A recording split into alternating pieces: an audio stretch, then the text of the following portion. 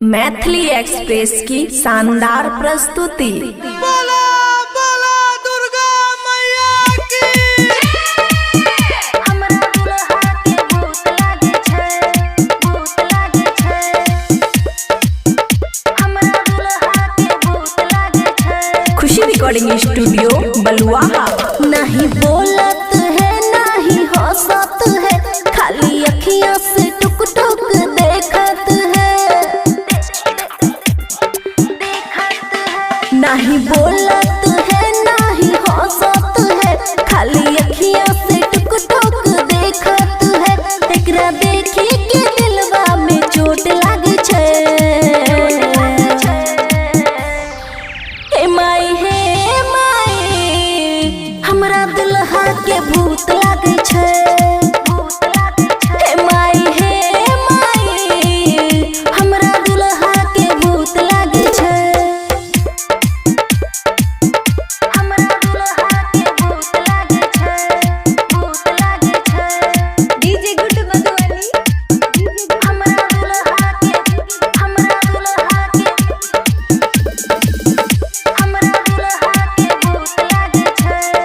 Mix by अमन अक्के। बारिया से लगा के तोरा द्वार एलिया, पूरा घर परिवार के साथ एलिया। हमें फुलवा चढ़ाई गोहार करे छी, अपन सिरवा झुकाई चरण छुए छी। एकरा देखी के दिलवा में चोट लागे छै। हे माई हमरा दुल्हा के भूत लागे छै। हे माई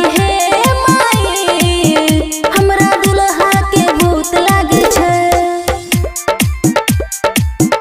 हमरा दुल्हा के भूत लागे छै, भूत लागे छै।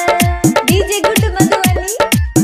हमरा दुल्हा के हमरा दुल्हा के हमरा दुल्हा के भूत लागे छै। खुशी रिकॉर्डिंग स्टूडियो बलुआहा। हमें ओहे पे मैया विश्वास करे छी, नई दुनिया जहान के बात सुने छी।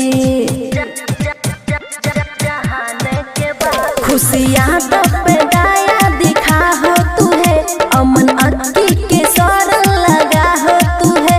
अमर जीत के बात ते डोट लागे छै। हे माई हमरा दुल्हा के भूत लागे छै। हे माई हमरा सैया के भूत लागे छै, भूत लागे छै। खुशी रिकॉर्डिंग स्टूडियो बलुआहा।